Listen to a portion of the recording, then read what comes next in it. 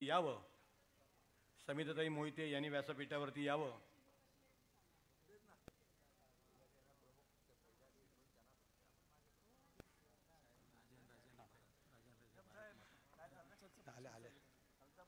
राजनजी राजेसाहेब यांनी व्यासपीठावरती यावं.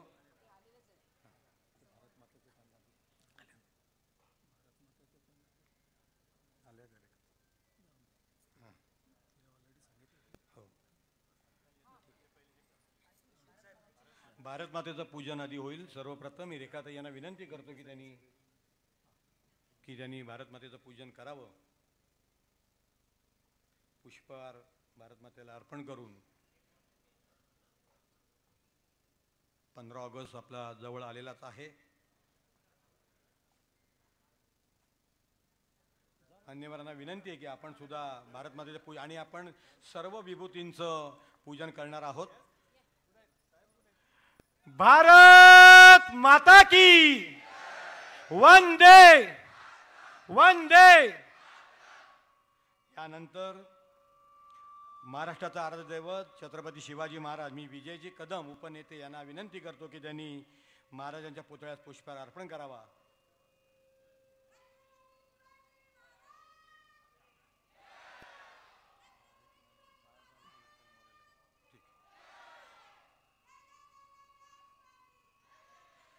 गो ब्राह्मण प्रतिपालक हिंदवी स्वराज्य संस्थापक क्षत्रिय कुलावतंस छत्रपती शिवाजी महाराज की जय भवानी. यानंतर मी उपनेते अल्ताबाई शेख यांना विनंती करतो की त्यांनी बाबासाहेबांच्या प्रतिमे पुष्पहार अर्पण करावा. भारतीय घटनेचे शिल्पकार भारतरत्न डॉक्टर बाबासाहेब आंबेडकरांचा. यानंतर जिल्हा प्रमुख विठ्ठलजी मोरे यांना विनंती करतो की त्यांनी अखंड हिंदुस्थानाची कवच कुंडले हिंदुत्व सम्राट सरसेनापती बाळासाहेबांच्या प्रतिमे पुष्पहार अर्पण करावा. हिंदुत्व सम्राट सरसेनापती बाळासाहेब ठाकरे यांचा.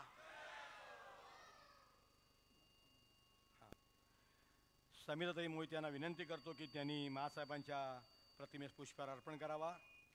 तमाम शिवसैनिकांच्या मा असलेल्या मासाहेब मीनाताई ठाकरे यांचा.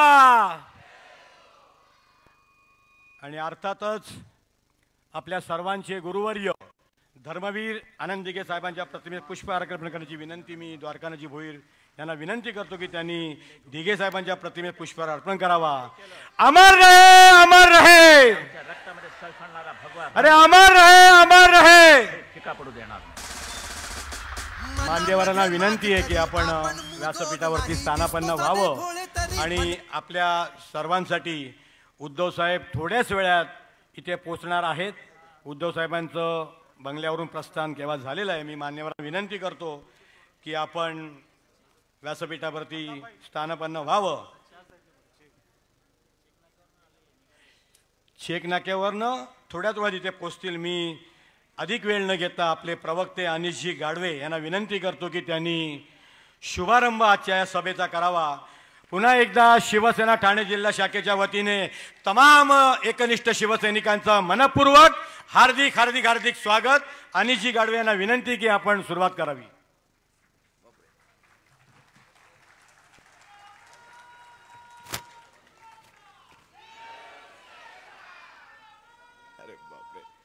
सन्माननीय विचार मंच, शिवसेना उपनेते, शिवसेना नेते, सारं सन्माननीय व्यासपीठ, त्यांच्या परवानगीने तुम्हा सर्वांसमोर बोलण्याची 2 शब्द बोलण्याची एक मला हा अवसर प्राप्त झालाय. खरं तर मला कुठेच माहिती नव्हतं तुम्हा सर्वांसमोर बोलायला मिळेल. उगाच आपलं मनात येईल ते बोलणार. शिवसैनिकांनो, हे नातं आहे तुमचं आमचं. शिवसैनिकांचं शिवसैनिकांशी एक अतूट नातं असतं, हृदयाचं नातं असतं. ते गद्दारांना कदाचित कळणार नाही, पण तुम्हा आम्हा सर्वांना हे शिवसैनिकांना हे नातं चांगलंच माहिती आहे. मगाशी एक गाणं वाजत होतं, निष्ठेच्या लढाईची वेळ आता झाली आणि उठा माझ्या सैनिकांनो पेटवा मशाली, उठा माझ्या सैनिकांनो पेटवा मशाली. अरे ठाण्यामध्ये, या ठाण्यामध्ये शिवसैनिकांनो, या ठाण्यामध्ये आपण जो झंझावात तयार केला होता तुम्हा सर्वांना चांगलंच माहिती. अगदी 2 महिने मागे जायचं. मगाशी ते गाणं वाजलं आणि माझ्या हाताचे म्हणजे हातावर शहारे आले, अंगावर शहारे आले, कारण ते गाणं जवळपास 2-3 महिने आपण सतत ऐकत होतो शिवसैनिकांनो. ऐकत होतो की नाही? उठा माझ्या सैनिकांनो पेटवा मशाली, उठा माझ्या सैनिकांनो पेटवा मशाली. आज ह्या गद्दारांनी, ठाण्यातल्या गद्दारांनी कशाच्या बळावर ठाण्याची खासदारकी घेतली आज तुम्हा सर्वांच्या समोर आलं. आज आपण सर्वांनी पाहिलं कशाच्या जीवावर ठाण्याची खासदारकी घेतली. मी जास्त काही त्या विषयात बोलणार नाही शिवसैनिकांनो, पण हा ठाणा आज मी मीडियामध्ये पाहतोय. मी मीडियामध्ये पाहिलं की शिंदेच्या बालेकिल्ल्यामध्ये उद्धव साहेब येत आहेत म्हणे. शिंदेचा अरे धात, ठाणे हा कालही शिवसेनेचा बालेकिल्ला होता, आजही आहे आणि उद्या भविष्यात जोपर्यंत शेवटचा शिवसैनिक असेल तोपर्यंत शिवसेनेचा ठाणे हा बालेकिल्ला राहणार. धर्मवीर दिघे साहेबांचा ठाणे जिल्हा शिवसेनेचा बालेकिल्ला, आमच्या बाळासाहेबांचा ठाणे जिल्हा शिवसेनेचा बालेकिल्ला. आणि म्हणतात शिंदेचा बालेकिल्ला. अरे काल परवा कुणीतरी पुस्तकाचं प्रकाशन केलं, माफ करा ग्रंथाचं प्रकाशन केलं. ग्रंथ माफ करा माझी चुकी झाली, तो ग्रंथ होता, चरित्र ग्रंथ होता. तिथे अजित दादा पवारांनी एक वाक्य सांगितलं होतं. खरं तर त्यांनी त्यांच्या मनातली एक खदखद बोलून दाखवली ती तुम्ही ऐकली असाल. मला वाटतं देवेंद्र फडणवीस 99चे, शिंदे 2004चे, मी 90चा. माझ्यावर कायम अन्याय झाला. ह्या वाक्यामध्ये मला फक्त एवढं कळालं, 2004 सालची व्यक्ती आज म्हणते मी शिवसेना, माझी शिवसेना, मी शिवसेनेचा मुख्य नेता. 2004 साली आलेली व्यक्ती म्हणजे 18 वर्ष शिवसेनेत काढलेली व्यक्ती आज जर म्हणते माझी शिवसेना, मग आम्ही कोण? आम्ही गोट्या खेळल्या? अरे आज मला म्हटलं जातं तुमचं वय काय, तुम्ही ज्यांच्यावर बोलता त्यांचा अनुभव काय. मी वारंवार एक गोष्ट सांगत आलोय शिवसैनिकांनो, राजकारणामध्ये वयाचा, अनुभवाचा काडी मात्र संबंध नाही. आज माझं वय जर 5 वर्ष जरी असेल ना, मी 5 वर्षाचा तान्हा शिवसैनिक जरी असेल ना, आणि माझ्या रक्तामध्ये निष्ठा असेल ना शिवसैनिकांनो, तर मी महान. आणि ज्यांनी 40 वर्ष काढले, 40 वर्ष शिवसेनेची सत्ता भोगल्यानंतर, ती पद, तो पैसा सगळं भोगल्यानंतर ज्यांना गद्दारी सुचत असेल ना, तर ते आमच्या नजरेत कायम घाण. शिवसैनिकांनो एकच इच्छा आहे माझी, एकच इच्छा आहे, आणि तुम्हा सर्वांची तीच इच्छा असेल. जेव्हा कधी मरण येईल शिवसैनिकांनो असं वाटलं पाहिजे बाळासाहेब तुमचा हा शिवसैनिक लढून आलेला आहे, लढून, कुणाच्या गद्दाराच्या खाली असा झुकून आलेला नाही. बाळासाहेब हा शिवसैनिक लढलेला आहे, गद्दारांना पाठ दाखवत नाही हा शिवसैनिक बाळासाहेब. दिघे साहेब म्हणतील ये रे माझ्या बाळा तुझ्या पाठीवर थाप मारतो मी. अरे ही आमची संपत्ती आहे, हे आमचं यश आहे, आणि हे जे काही मिळवलंय आमचं हेच आहे. आम्हाला उलटा टांगला ना आमच्या खिशातून 12 पडतील शिवसैनिकांनो, 12 पडतील. पण ते 12 त्या गद्दारांच्या 50 खोक्यांपेक्षा कायम श्रेष्ठ राहतील. माझ्या शिवसेनेचं नाव घेतलं ना, मला का कुणास ठाऊक ते विदर्भातलं एक गाणं आठवतं. हंबरून वासर आले चाटती जवा गाय. माझा आवाज तेवढा चांगला नाही, थोडस फक्त बोलून दाखवतो शिवसैनिकांनो, जास्त वेळ घेणार नाही. हंबरून वासर आले चाटती जवा गाय, तवा मले तिच्या मंदी दिसती माझी माय, ग. हंबरून आया बाया म्हणत होत्या जवा होतो तान्हा, दुष्काळात मायच्या माझे आटला होता पान्हा. यातली ती माय म्हणजे शिवसेना. माझ्या या माईने मला सांभाळलेला, ही माय माझी शिवसेना आहे. ज्या माई माझी दुष्काळामध्ये असताना शिवसैनिकांनो तुम्ही तिचा कास सोडणार का? तुम्ही तिचा हात सोडणार का? हंबरून वासराला जेव्हा गाय चाटते ना, तेव्हा मला माझी माय शिवसेना आठवते शिवसैनिकांनो. मगाशी महाराष्ट्र गीत वाजत होतं. काळ्या छातीवरी कोरली अभिमानाची लेणी, आणि पोलादी मनगटे खेळती खेळ जीव घेणी. याचा अर्थ काय माहितीये का शिवसैनिकांनो? याचा अर्थ थेट शिवसेनेशी आहे. ज्या वेळेस या महाराष्ट्रावर संकट येतं, ज्या ज्या वेळेस या महाराष्ट्रावर हे सुलतानी आसमानी संकट येतात, जर सगळ्यात पहिलं कोणी उभं राहत असेल तर ती माझी शिवसेना उभी राहते. या महाराष्ट्रात सगळ्यात पहिला पक्ष हा पक्ष नाही हो शिवसैनिकांनो, हे तुमचं आमचं नातं एक कुटुंब आहे. आजही शिवसेनेत अगदी लहान लहान पोरांना पण आपण साहेब म्हणतो, साहेब, कारण बाळासाहेबांनी ते शिकवलंय. आमचा काळ जरी तो जुना नसला ना, आजही माझ्याकडे इकडचा 60-70चा शिवसैनिक असेल ना, त्याने असं काखेत सामना मिरवलेला असतो की नाही? काखेमध्ये सामना मिरवायचा, वाचतो की नाही माहिती नाही, पण काखेत सामना असतो तो.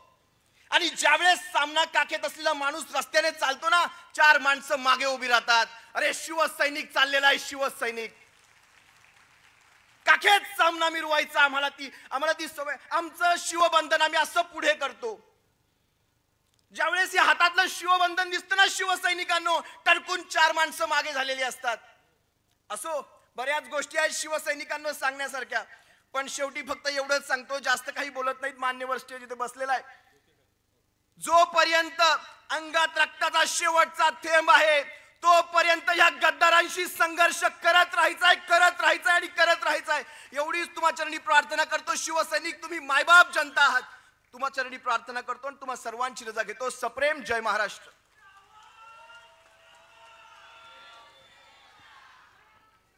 शिवसैनिकांचं रक्त गरम झालं असल्यामुळे एकदा आवाज देऊया. अरे आवाज कोणाचा? यानंतर शिवसेना उपनेत्या ज्योतिताई ठाकरे यांना विनंती करतो की त्यांनी आपल्याला संबोधित करावं.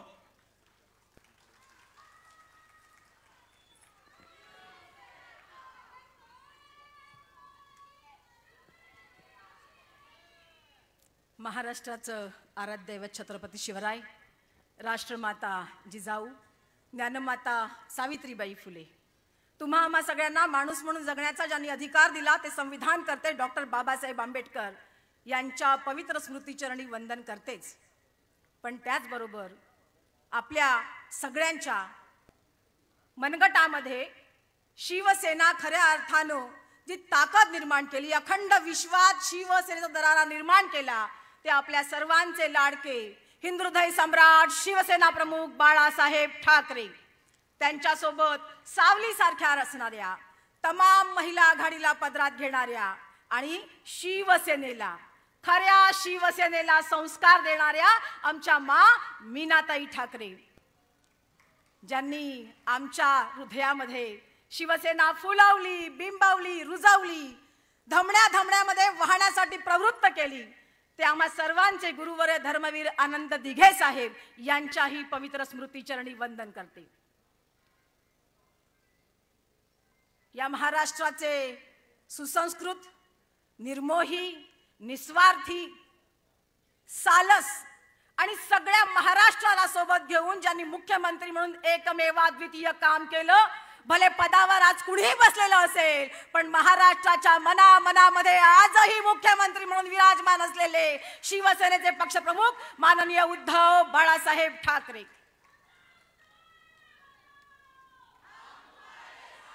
गद्दारांना धडा शिकवताना हा संपूर्ण महाराष्ट्र ज्यांनी पिंजून काढला आणि परत एकदा ती नवचेतना प्रत्येकाच्या मनामध्ये बिंबवली, ते आमच्या सर्वांचं लाडकं नेतृत्व, या महाराष्ट्राचं आशादायी नेतृत्व सन्माननीय युवा सेना प्रमुख, शिवसेना नेते, सन्माननीय विद्यमान आमदार आदित्यजी ठाकरे साहेब यांना ही मानाचा मुजरा करते.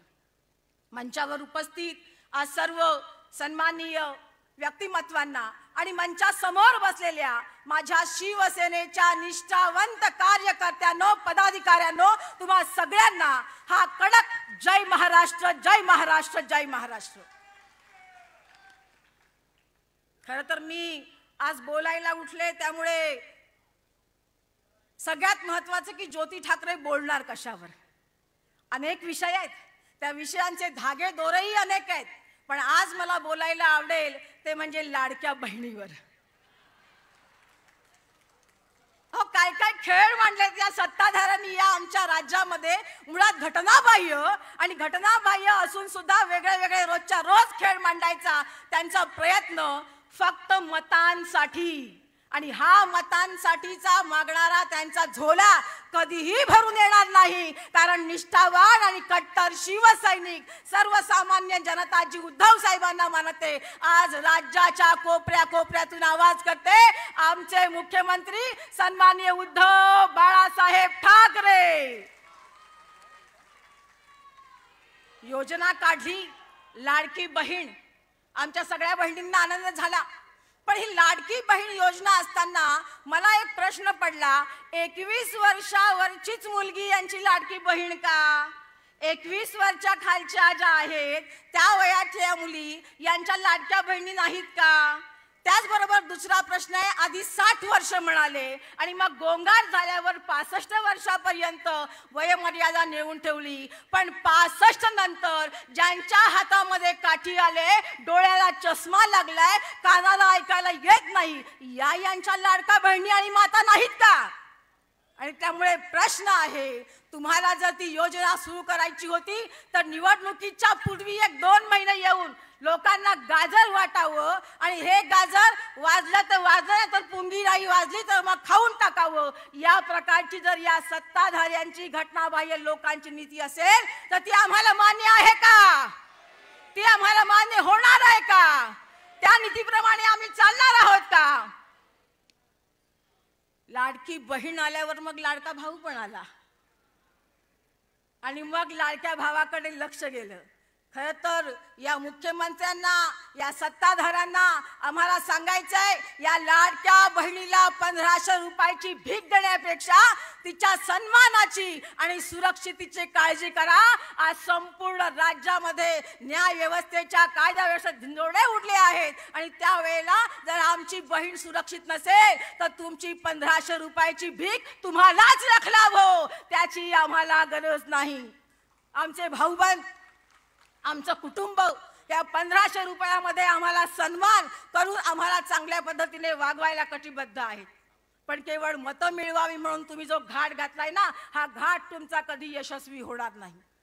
1500 रुपयाची लाच देण्याचा प्रयत्न तुम्ही महिला वर्गाला केलाय, त्यापेक्षा ग्रामीण आणि शहरी भागात शाळेत जाणाऱ्या आमच्या मुलांना सुद्धा मोफत बसची व्यवस्था, त्यांचं नेणं आणणं शाळेपर्यंत मोफत झालं पाहिजे, ही एक मागणी या निमित्तानं संपूर्ण महाराष्ट्र करते.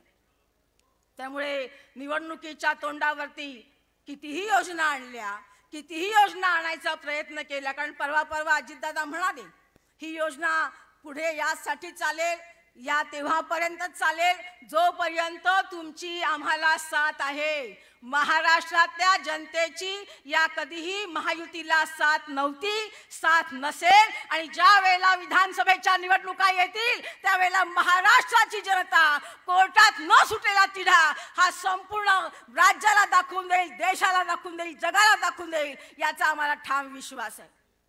धर्मवीर आले, पिक्चर हो, या पिक्चरच्या माध्यमातून धर्मवीर साहेबांच्या तोंडी नसलेली वाक्य सुद्धा अफलातून पद्धतीने टाकली आणि भासवायचा प्रयत्न केला की दिघे साहेबांची तुमच्यावर कृपा होती. नव्हे, या विधानसभेच्या निवडणुकीमध्ये तुम्हाला समजेल, दिघे साहेबांची तुमच्यावर कृपा तेव्हाही नव्हती, आताही नाही आणि भविष्यातही नसेल. कारण जेव्हा रिझल्ट लागेल त्यावेळेला ती कृपा तुम्हाला त्या पद्धतीने लक्षात येईल. ज्यांनी सातत्यानं दिघे साहेबांच्या बरोबर आपलं आयुष्य वेचलं, सातत्यानं दिघे साहेबांचा प्रत्येक शब्द आपल्या झोळीमध्ये झेलला, साहेबांनी काही बोलायचा अवकाश तो प्रत्येक शब्द झेलून त्या प्रत्येक शब्दाला प्रमाण मानून ही शिवसेना तर दऱ्याखोऱ्यापर्यंत पोहोचवण्याचं काम केलं ते राजन विचारेजी आम्हाला आजही आमचे खासदार आहेत असंच वाटतात. कारण लोकप्रतिनिधी हा सगळ्या लोकांना घेऊन काम करणार आहे. त्यामुळे निवडून कोण आलं याच्याशी सर्वसामान्य जनतेला काहीही देणं घेणं आहे का? आणि त्यामुळे आम्ही त्यांना माझी म्हणणार नाही, कारण आजही ठाण्याचे सन्माननीय खासदार म्हणून सर्वसामान्य जनता फक्त एकाच नावाकडे बघते आणि ते नाव आहे सन्माननीय राजनजी विचारे साहेब. निवडणुकीचे वारे आता व्हायला लागतील आणि भगिनींनो, तुम्हाला एकच, या सगळ्या ज्या अफवा, सगळ्या घोषणा, सगळ्या योजना उगाचच माथी मारण्याचा प्रयत्न केला जातोय. मैत्रिणींनो, तुम्हाला या सगळ्या योजना कशा भंपक आहेत, कशा खोट्या आहेत, कशा फसवणाऱ्या आहेत हे लोकांपर्यंत पोचवावं लागेल. ते आपण पोचवाल अशी आशा या निमित्तानं व्यक्त करते. आणि पुनश्च एकदा विधानसभेच्या निवडणुकीमध्ये ती अंगार, ती मशाल जोरदारपणे आपण प्रत्येक घरोघरी घेऊन जाल हा विश्वास व्यक्त करत थांबते. जय हिंद, जय महाराष्ट्र. लाडकी बहीण योजनेप्रमाणे शिवसेनेची लाडकी वाघीण म्हणून पुन्हा एकदा ज्योतिताईंसाठी जोरदार टाळ्या झाल्या पाहिजेत. आणि यानंतर मी धर्मराज्य पक्षाचे अध्यक्ष राजेंद्रजी राजे यांना विनंती करतो की आपण आपले मार्गदर्शन करावं. मी केदारजी दिघे, सुरेशजी मोहिते, विश्वासजी निकम आणि कलजारिया सावंत, स्नेहल कंजारे यांना विनंती करतो की आपण व्यासपीठावरती यावं. राजेंद्रजी राजे, आपल्याला विनंती आहे. सन्माननीय व्यासपीठ आणि तमाम शिवसैनिकांनो, लोकसभा निवडणुकीनंतर सगळ्यात महत्त्वाची निवडणूक जर कुठली असेल या संपूर्ण भारतातली तर ती आता महाराष्ट्र विधानसभेची होऊ घातलेली निवडणूक आहे. लोकसभा निवडणूक आम्ही पाहिली. संपूर्ण इंडिया आघाडी म्हणून आपण एकत्र लढलो. या सगळ्यांच्या कानाजवळून तीर गेला. ईबी, ईसी आणि ईडी या सगळ्या प्रकारांमुळे हे धाराशाही झाले नाहीत, फक्त थोडक्यात वाचले, पण यांची लाज गेली, यांचा अहंकार बुडाला. ईबी म्हणजे इलेक्ट्रल बॉन्ड, ईसी म्हणजे इलेक्शन कमिशन आणि ईडी म्हणजे तर तुम्हाला माहितीच आहे डायरेक्टोरेट ऑफ एन्फोर्समेंट. एवढं सगळं करून आज अनेक तज्ज्ञ सांगतायत 70-80 जागा यांनी लाटलेल्या आहेत. आणि जे अबकी बार मोदी सरकार किंवा पुन्हा मोदी सरकार हे सगळे आता गेले, आता NDA शिवाय बाता नाहीत. पण यांचा अहंकार धुळीला मिळाला. पण हे संपलेत असं नव्हे. आपल्याला हे विसरून चालणार नाही की या ठाण्यातूनच हा दगाफटका झाला. या ठाण्यातूनच सुरत ते गोवा व्हाया गुवाहाटी असं गलिच्छ राजकारण झालं. काळ्या पैशांनी आमदार विकत घेतले गेले, ज्याला तुम्ही खोके सरकार म्हणता. आजही घटनात्मकदृष्ट्या ते बेकायदेशीर आहे. राज्यपालांचा कारभार बेकायदेशीर होता. पण आपल्याला जे विसरायचं नाही ते डोळ्यासमोर उद्धवजी ठाकरे, आपले माननीय उद्धवजी ठाकरे जे काळ्या बॅगा घेऊन सगळं सामान घेऊन, यांच्या काळ्या बॅगा वेगळ्या आणि आपल्या काळ्या बॅगा घरच्या सामानाच्या. जो आपल्या महाराष्ट्र धर्माचा अपमान झाला, ज्या संपूर्ण या सज्जन शक्तीच्या या महाराष्ट्रातला एक प्रकारे अवमान झाला, तो आपल्याला बिलकुल विसरून चालणार नाही. आपण तो विसरणार नाही आहोत. मला एवढंच सांगायचं आहे की या ज्या महाशक्तीच्या इशाऱ्यावर या लोकांनी माननीय उद्धवजींचं सरकार पाडलं, या लोकांना आता धडा शिकवण्याची वेळ आलेली आहे आणि ही संधी आपल्याला गमावून चालणार नाही. ज्याप्रमाणे महाभारतात दुर्योधन आणि दुःशासनाच्या इशाऱ्यावर शकुनी फासे फेकत होता, त्याच पद्धतीने इथे गलिच्छ राजकारणाचे फासे टाकले गेले. पण मला इथे 1-2 मिनिटात एवढंच सांगायचं आहे की माननीय उद्धवजी ठाकरे महाराष्ट्रात आणि संपूर्ण भारतभरात माननीय राहुलजी गांधी हे जे कोदंडधारी धनुष्य हातात घेऊन उभे आहेत, यांच्या धनुष्यातून असे शकुनीचे फासे फेकले नाही जात. यांच्या धनुष्यातून तीक्ष्ण बाण रोरावट बाहेर पडतात. ते रामबाण आहेत. ते या सगळ्या गद्दारांची, ज्याची सुरुवात ठाण्यातनं झाली, त्या गद्दारांची तटबंदी हे उद्ध्वस्त करणारे ते मला ठामपणे सांगू द्या. आणि आपल्याला एक छोटीशी विनंती आहे जाता जाता, या संदर्भात मी लोकसभेच्या निवडणुकीच्या वेळेला सलग 18 लेख लिहिले होते. लोकांना ते प्रचंड पसंत पडले, खूप व्हायरल झाले. त्यानिमित्त एक छोटीशी पुस्तिका तयार केली, आपल्याला या कार्यक्रमानंतर मिळते. यासाठी प्रासंगिक आहे की या विधानसभा निवडणुकीत सुद्धा त्यातले अनेक मुद्दे येऊ शकतात. आपल्याला लोकांशी बोलताना, भाषणं करताना, मतदारांशी संपर्क करताना त्यातला खूप वापर होईल आणि ही पुस्तिका आपल्याला खूप मार्गदर्शक ठरेल. मी एवढंच बोलतो आणि आपली रजा घेतो. जय महाराष्ट्र, जय हिंद. सन्माननीय आमदार रमेशभाई कोरगावकर आणि सुनीलजी राऊत यांना विनंती आहे की आपण व्यासपीठावरती यावं. आणि यानंतर ठाणे जिल्ह्याचा ठाण्यावाग आदरणीय शिवसेना नेते राजनजी विचारे साहेब यांना विनंती करतो की त्यांनी आपल्याला संबोधित करावं. एकदा जोरदार टाळ्या झाल्या पाहिजेत. महाराष्ट्राचा आराध्य दैवत छत्रपती शिवाजी महाराजांना वंदन करून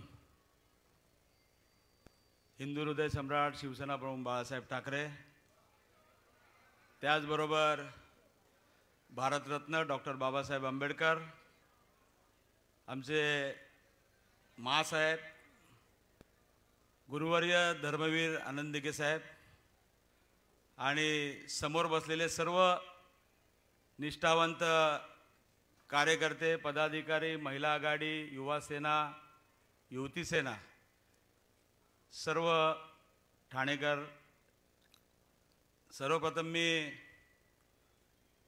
नुकतेच आदरणीय पक्षप्रमुख उद्धव ठाकरे साहेब, आपले शिवसेनेचे नेते, सामनाचे संपादक आदरणीय संजय राऊत साहेब या ठिकाणी उपस्थित झालेले आहे. मी त्यांचं ठाणेकरांच्या वतीने स्वागत करतो. आज या ठिकाणी भगवा सप्ताह संपूर्ण महाराष्ट्रामध्ये आदरणीय पक्षप्रमुखांच्या आदेशाने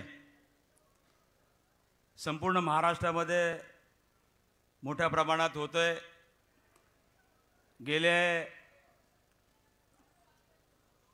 4-5 दिवसापासून या ठिकाणी या संपूर्ण ठाणे जिल्ह्यामध्ये वेगवेगळे कार्यक्रम, आरोग्य शिबिर असतील, संपर्क अभियान असेल, ज्येष्ठ नागरिकांचा सत्कार असेल, घरोघरी जाऊन नागरिकांच्या भेटीगाठी असतील, ह्या सर्व या संपर्क मोहिमेमध्ये आपण घेतोय. आदरणीय पक्षप्रमुख आपल्याला मार्गदर्शन करणार आहेत, नेते आपले मार्गदर्शन करणार आहेत. परंतु एकच सांगू इच्छितो की या ठिकाणी या ठाण्यामध्ये ज्या गडकरी रंगायतनमध्ये आपण बसलोय, हे गडकरी रंगायतन आदरणीय हिंदू हृदय सम्राट शिवसेना प्रमुख बाळासाहेब ठाकरे यांच्या आशीर्वादाने आणि त्यांच्या प्रेरणेने या गडकरी रंगायतनमध्ये मला वाटतं या ठाणेकरांना एक चांगली भेट त्यावेळेला महापालिकेच्या निवडणुकीत दिलेल्या आश्वासनापुरती त्या ठिकाणी ही भेट या ठाणेकरांनी दिली होती. आणि तिथपासून या ठाणे शहरामध्ये हा गड आबाधित राहण्याचं काम या ठाणेकरांनी केलं होतं. या ठाणे लोकसभेच्या निवडणुकीमध्ये तुम्हाला कल्पना असेलच की कशा पद्धतीने साम दाम दंड, सत्तेचा गैरवापर हा कशा पद्धतीने केला होता, या महाराष्ट्रातल्या जनतेने जवळून बघितलेला आहे. आणि म्हणून कालच आम्ही या संदर्भामध्ये आमचे सन्माननीय या जिल्ह्याचे कलेक्टर आदरणीय बाळा शांततेत आणि कशा पद्धतीने या निवडणुकीमध्ये विश्वासघाताने या ठाणे लोकसभेचा त्या ठिकाणी मी आदरणीय पक्षप्रमुखांचं सर्व ठाणेकरांच्या वतीने या ठिकाणी स्वागत करतो.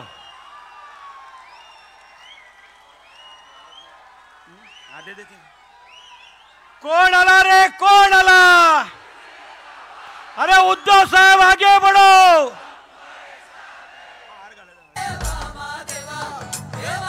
मान्यवरांना विनंती करतो की आपण दीप प्रज्वलन करावं.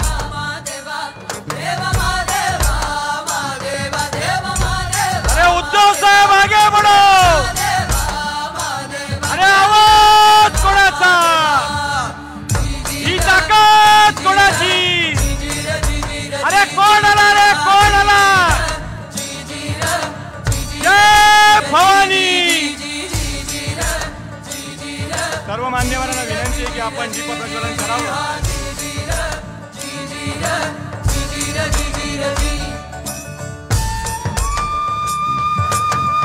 शिवसेना पक्षप्रमुख माजी मुख्यमंत्री उद्धवजी ठाकरे साहेबांचा,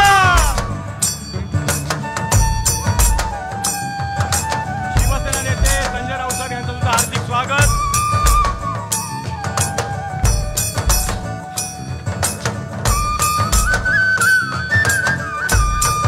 भगवा सप्ताह निमित्त 4 ऑगस्ट ते 11 ऑगस्ट या भगवा सप्ताह निमित्त आज या ठिकाणी उद्धवजी आपल्याला प्रबोधन करणार आहे, मार्गदर्शन करणार आहे.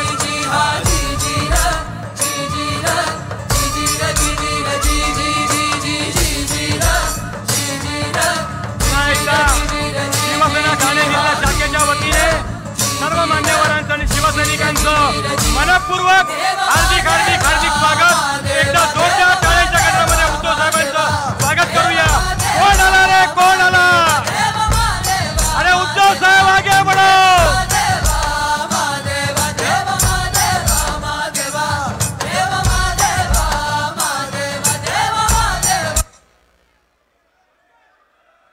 आपल्याला आदरणीय पक्षप्रमुखांचं भाषण ऐकायचं आहे.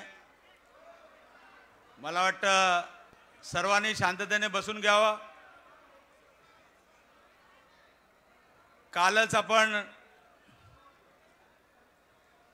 कलेक्टरांना आम्ही या घोटाळ्याची चौकशी करण्यासाठी त्यांना निवेदन दिलं आणि तुम्हाला सांगू इच्छितो की गेल्या वेळेला या लोकसभेमध्ये 1,66,000 एवढी दुबार नावं त्या ठिकाणी टाकली होती.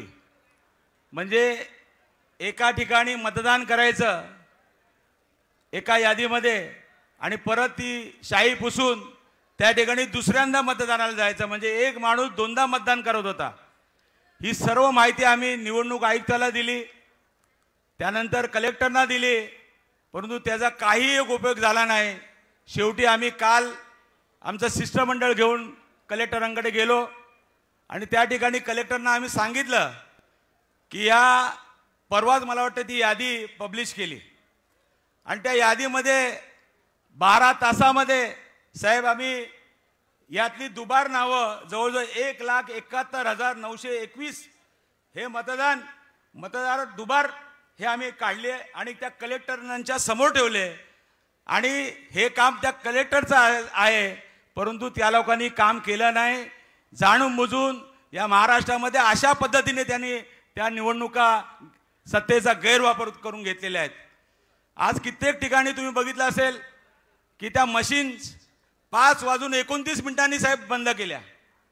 6चा टाइम असताना त्या ठिकाणी 5:29 त्या मशीन बंद केल्या. त्या ठिकाणी 12 तास ती मशीन चालू असताना सुद्धा 99% त्या ठिकाणी त्या बॅटरीचा हे दाखवत होते. अशा पद्धतीने भरपूर असे काय आहे. आम्ही कलेक्टरना सांगितलं गेल्या लोकसभेमध्ये हा सर्व तुम्ही जे काय केलं ते आमच्याकडे सर्व पुराव्यानिशी आहेत आणि आता सुद्धा आम्ही तुम्हाला पुरावे देतोय. ज्या ज्या अधिकाऱ्यांनी त्या ठिकाणी ह्याच्यामध्ये या कृत्यामध्ये भाग घेतला होता त्याची सबंध माहिती आमच्याकडे आहे साहेब. आणि या विधानसभेला जर तुम्ही असाच प्रकार केला तर मला वाटतं आम्हाला रस्त्यावर उतरून यांच्याशी लढा द्यावा लागेल आणि तो लढा नक्कीच आम्ही देऊ असा विश्वास या ठिकाणी व्यक्त करतो. मी आपल्याला जास्त वेळ घेणार नाही. या शिवसेनेला मला वाटतं आव्हान देणारी अजून कुठली पैदा झाली नाही आणि या ठाण्यामध्ये आज तुम्ही बघितलं असेल, हिम्मत असेल तर मला वाटतं या समोर या. आम्ही लोक शिवसैनिक मजबूत आहात आणि मला वाटतं ठाणेकर या जनतेने सुद्धा आपल्याला कौल दिला होता, परंतु या सत्तेचा गैरवापर करून साहेब आपल्याशी विश्वासघात करून या ठिकाणी या ठाण्याचा गड जो हिंदू हृदय सम्राट शिवसेना प्रमुख बाळासाहेब ठाकरे असतील, आमचे गुरुवर्य दिघे साहेब असतील, या ठाण्याचा गड या ठिकाणी कशा पद्धतीने हे केला. परंतु आम्ही तुम्हाला आश्वासन नव्हे तर वचन देतो, या लोकसभेमध्ये जरी आमचा पराभव विश्वासघाताने जरी केला असेल तरी हे सर्व ठाणेकर हे शिवसैनिक या विधानसभेमध्ये या भगवा झेंडा या विधानसभेवरती लावतील असा विश्वास या ठिकाणी मी व्यक्त करून माझे 2 शब्द संपवतो. जय हिंद, जय महाराष्ट्र, वंदे मातरम. अरे उद्धव साहेब आगे बढ़ो, अरे उद्धव साहेब आगे बढ़ो. यानंतर शिवसेना उद्धव बाळासाहेब ठाकरे ठाणे जिल्हा शाखेच्या वतीने मी विचारे साहेबांना विनंती करतो की त्यांनी पक्षप्रमुख उद्धवजींचं स्वागत करावं. तमाम ठाणेकरांच्या वतीने जोरदार टाळ्या वाजून आपण त्यांचं स्वागत करूया. कोण आला रे, कोण आला, अरे कोण आला रे, कोण आला. अरे उद्धव साहेब आगे बढ़ो. अरे आवाज कुणाचा, ही ताकद कुणाची. यानंतर शिवसेनेची बुलंद तोफ खासदार शिवसेना नेते संजयजी राऊत साहेब यांचं सुद्धा शिवसेना ठाणे जिल्हा शाखेच्या वतीने स्वागत करण्यात येईल. मी विचारे साहेबांना विनंती करतो की राऊत साहेबांचं स्वागत करण्यात यावं.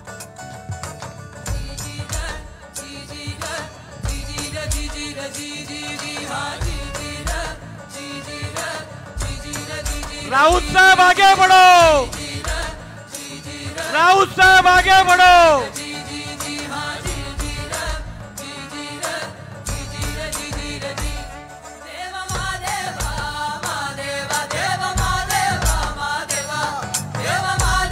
यानंतर अधिक वेळ न घेता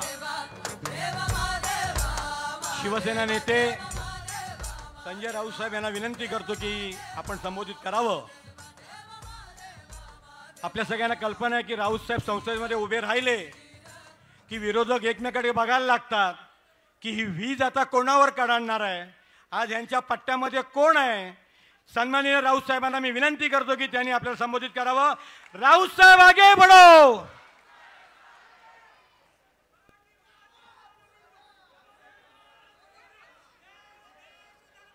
आदरणीय शिवसेना पक्षप्रमुख उद्धवजी ठाकरे, आमचे सहकारी शिवसेना नेते राजनजी विचारे, केदार दिघे आणि या मंचावरील शिवसेनेचे सर्व प्रमुख पदाधिकारी, कार्यकर्ते आणि ज्या राम गणेश गडकरी रंगायतांचं उद्घाटन हिंदू हृदय सम्राट शिवसेना प्रमुख बाळासाहेब ठाकरे यांनीच केलं होतं, त्या सभागृहात जमलेले सर्व शिवसैनिक बंधू भगिनी आणि मातांनो, लोकसभा निवडणुकीनंतर शिवसेनेचे पक्षप्रमुख प्रथमच. आवाज आहे ना? आवाज आपला नसेल तर कोणाचा असेल? मग अशी घोषणा दिलीत, राऊत साहेब आगे बढ़ो. शिवसेना ही 4 अक्षर ज्याच्या पाठीशी आहेत तो नेहमीच आगे बढतोय, लक्षात घ्या. आणि आम्हाला तर बाळासाहेब ठाकरेंचा आशीर्वाद प्राप्त झालेला, आम्ही सगळे कार्यकर्ते आहोत. तर आज शिवसेनेचे पक्षप्रमुख या ठाण्यामध्ये आलेले आहेत आणि त्यांचं स्वागत अगदी घाटकोपर पासून त्यांनी जेव्हा प्रवेश केला, मुलुंड चेक नाका असेल ते अगदी कुठे कुठे कुठे कुठे साहेब येत आहेत म्हणून लोक दोन्ही बाजूला रस्त्याने उभी होती. याचं कारण असं आहे, ठाणे हे शिवसेनेचंच आहे, चोरलेल्या शिवसेनेचं नाही, चोरांचं नाही. जी शिवसेना हिंदू हृदय सम्राट बाळासाहेब ठाकरे यांनी स्थापन केली आणि ज्या ठाण्यानं हिंदू हृदय सम्राटांना पहिला राजकीय विजय मिळवून दिला, त्या शिवसेनेचं ठाणं आहे. आणि त्या ठाण्यानं आज शिवसेना पक्षप्रमुखांचं पुन्हा एकदा जोरदार स्वागत केलेलं आहे.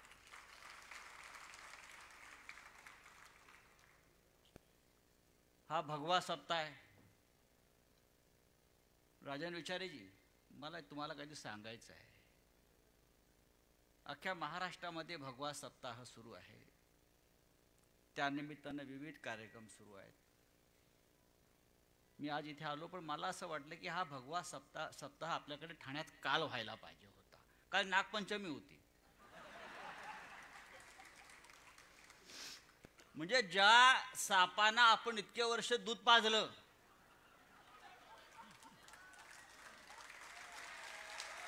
या ठाण्यात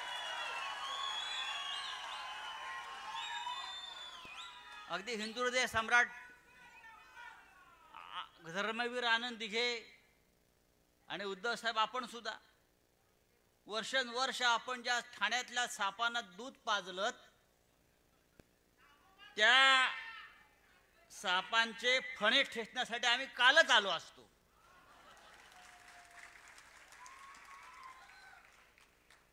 पण लोकसभेत या सापांच्या शेपट्या फक्त वळवळत राहिल्या. विधानसभेत त्यांचे फणे ठेचल्याशिवाय आम्ही राहणार नाही. आमचा भगवा सप्ताह आहेच, कारण शिवसेना ही भगव्याची रखवालदार आहे.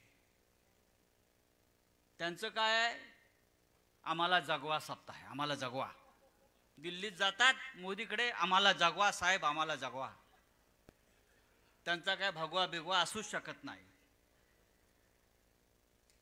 उद्धवजींना आम्ही सांगू इच्छितो, सध्या ठाण्यातले लोक फार सिनेमे काढतायत. हे मुख्यमंत्री आहेत की फिल्म प्रोड्युसर झालेत. मला एक सिनेमा काढायचा आहे. मी सिनेमे फार काढले आहेत. मी बाळासाहेबांवर काढला आहे विशेषतः, आणि मी खरं सांगितलंय काय सत्य काय. पण राजन विचारे, मला एक सिनेमा काढायचा, नमक हराम 2.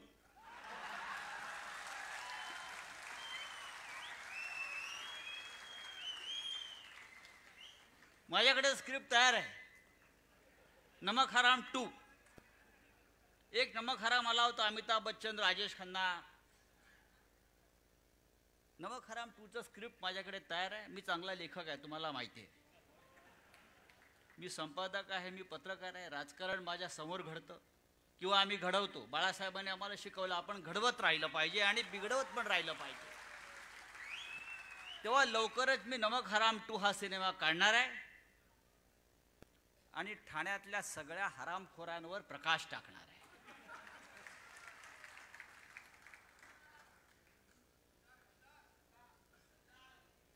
ठाण्याचं नाव जसं गब्बर म्हणतो ना, पुरा नाम मिट्टी में मिला दिया, तसं ठाण्याचं नाव या गद्दाराने आणि इकडल्या गब्बराने पूर्ण मातीत मिळवलं. ज्या ठाण्याची प्रतिष्ठा अनेक या ठाण्यामध्ये महान लोक होऊन गेले. बाळासाहेब ठाकरेंनंतर, शिवसेना प्रमुखांनंतर हे ठाणे निष्ठावान, कडवट निष्ठावान धर्मवीर आनंद दिघे यांच्या नावाने ओळखलं जात होतं. ते या गद्दारांनी, नमक हरामांनी संपूर्ण देशात ठाण्याचं नाव हे बदनाम केलेलं आहे. काय रोज रोज घोषणा करतायत जिंकण्यासाठी. माणूस धडपड करतो जगण्यासाठी. पैसे आहेत म्हणून एकदा जिंकलात लोकसभेला. आपण मगाशी हे मिंदे जे आहेत हे लबाडी केल्याशिवाय जिंकूच शकत नाहीत. त्यांच्या रक्तातच लबाडी आहे.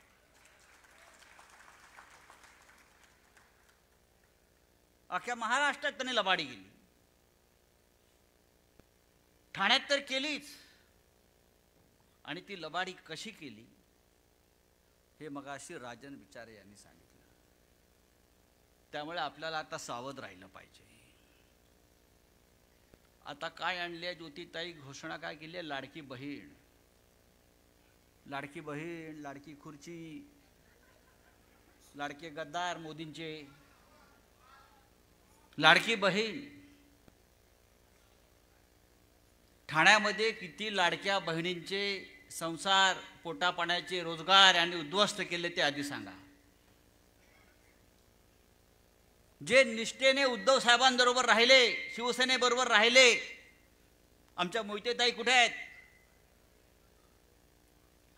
त्यांच्या घरांवर असेल, त्यांच्या लहान लहान व्यवसायांवरती असेल, बुलडोजर फिरवले. या काय लाडक्या बहिणी नाहीत का? 150 रुपयात लाडकी किती? 1,500. लाडक्या बहिणीची किंमत फक्त 1,500. फक्त 1,500. आमदारांना 50 कोटी आणि लाडक्या बहिणींना 1,500. मतदारांना विकत घेण्यासाठी प्रत्येक मतदाराला 10,000 आणि लाडकी बहीण 1,500. आणि जी लाडकी बहीण निष्ठेने राहील आपल्या खऱ्या शिवसेनेबरोबर, तिच्या घरावर, तिच्या उद्योगावर बुलडोजर. हा गुजरात पॅटर्न आहे. हा महाराष्ट्रात चालणार नाही. म्हणजे सगळं लुटून न्यायचं आणि या मिंध्यानी मग लाचारीनं गप्प बसायचं. माननीय उद्धव साहेब 3 दिवस दिल्लीत होते. अभिमान वाटावा महाराष्ट्राला असा त्यांचा दिल्लीचा दौरा झाला. देशाच्या राजधानीमध्ये उद्धवजींचं जेव्हा आगमन झालं तेव्हा अहमद शाह अब्दाली हा घाबरून त्याच्या घरातच बसला होता. कोणी बाहेर नाही पडले. पण त्यांच्यासाठी दिल्लीच्या जनतेनं, दिल्लीच्या राजकारण्यांनी जे उद्या भविष्यात सत्तेवर येणार आहेत त्या सगळ्यांनी त्यांच्यासाठी रेड कार्पेट अंतरलं होतं. तुम्ही काय सांगता? हे सकाळी कोणतरी म्हणत होते ते कशाला गेले दिल्लीत?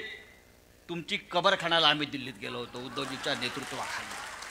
तुम्हाला गाडायला आम्ही दिल्लीत गेलो होतो आणि तुम्हाला आम्ही गाडल्याशिवाय राहणार नाही. हे जातात दिल्लीत, त्यांना भेट तरी मिळते का? मोदीच्या त्या गवतावर बसतात, पांढऱ्या पॅन्टवर गवत लावून परत येतात पाठीमागे असं येतात. बघा तुम्ही, जाताना पॅन्ट स्वच्छ असते, येताना सगळे गवत इथं लागलेलं असतं असं पाठीमागे. आम्हाला माहिती आहे दिल्ली काय. तुम्ही आम्हाला दिल्ली शिकवू नका. शिवसेना प्रमुखांच्या कृपेने आमचं अख्खं आयुष्य दिल्लीमध्ये गेलंय.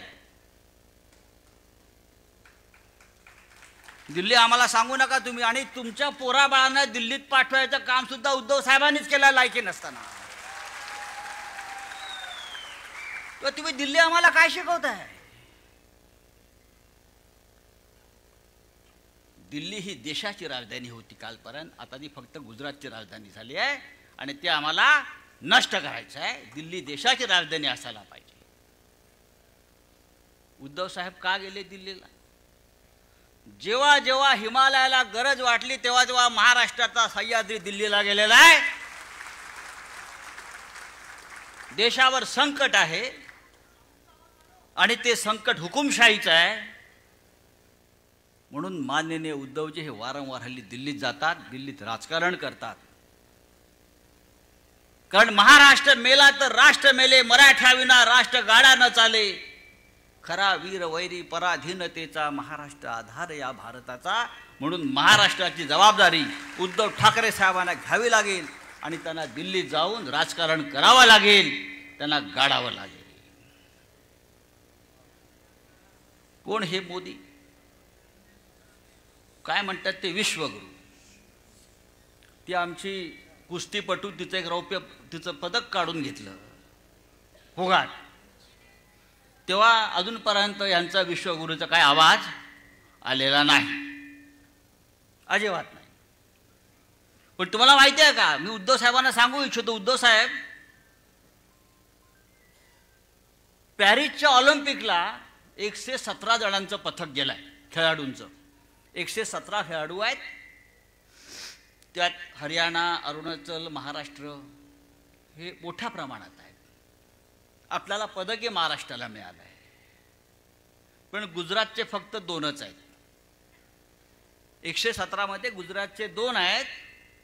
पण स्पोर्ट्सचा जो फंड आहे, स्पोर्ट्स खेळावरती जो खर्च होतो तो सगळ्यात जास्त 469 कोटी हा गुजरातला दिलेला आहे फक्त 2 खेळाडूंसाठी.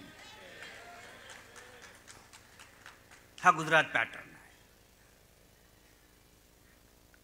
ही गोष्ट आपण समजून घेतली पाहिजे की खेळामध्ये आणि सैन्यामध्ये कधीच गुजरात नाही, त्यात महाराष्ट्रच आहे. देशाचं संरक्षण करणं, देशासाठी हौतात्म्य पत्करणं, देशासाठी बलिदान करणं हा महाराष्ट्राचा धंदा आहे आणि आम्ही तो करणार. हाच आमचा धंदा आहे. आणि आमच्यावरती जर तुम्ही असे कोणी तोतये सोडणार असाल तर ते तोतये आम्ही याच आणि त्याच भूमीत गाडल्याशिवाय राहणार नाही. महाराष्ट्रात एक घटनाबाह्य सरकार आहे, तोतयांचं सरकार सुरू आहे. मला एक गंमत आठवते, इतिहासामध्ये सुद्धा असे तोतये खूप झाले होते आणि त्यांची सुद्धा काही पाळमुळं ठाण्यातच आहेत. इतिहासामध्ये एक तोतयाचं बंड झालं होतं. पानिपतामध्ये सदाशिवराव भाऊ नावाचे फार मोठे योद्धे होते जे हत्तीवर बसले होते पानिपतात आणि लढता लढता त्यांना वीरगती प्राप्त झाली. अहमद शाह अब्दाली तिथे होता. अर्थात हसताय तुम्ही, फार तुमचं प्रेम आहे अहमद शाह अब्दालीवर.